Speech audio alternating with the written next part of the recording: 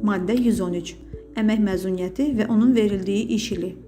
Əmək məzuniyyəti işçinin normal istirahəti, əmək qabiliyyətinin bərpası, sağlamlığının mühafizəsi və möhkəmləndirilməsi üçün işdən ayrılmaqla öz mülahizəsi ilə istifadə etdiyi müddəti bu məcəllədə nəzərdə tutulandan az olmayan istirahət vaxtıdır.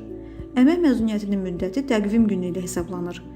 Əmək məzuniyyəti müvafiq peşə üzrə əmək funksiyasını yerinə yetirən işçilərə verilən illik əsas məzuniyyətdən və istehsalın, əməyin xarakterinə və əmək stajına görə, habelə uşaqlı qadınlara verilən əlavə məzuniyyətdən ibarət olub, istər birlikdə, istərsə də ayrılıqda verilə bilər.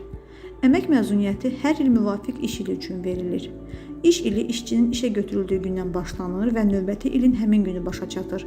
Əgər işçinin iş ili onun əmək məzuniyyətindən çıxmaq üçün müraciət etdiyi vaxta başlanmayıbsa, onda ona əmək məzuniyyəti yalnız iş ili başlanandan sonra verilə bilər. Bir iş ilinə görə yalnız bir əmək məzuniyyəti verilə bilər. Təqvim ili ərzində işçinin 2 iş ilinə görə məzuniyyət hüququ olduqda, o həmin təqvim ilində hər 2 iş ilinə görə məzuniyyətdən birlikdə və ya ayrı-ayrılıqda istifadə edə bilər.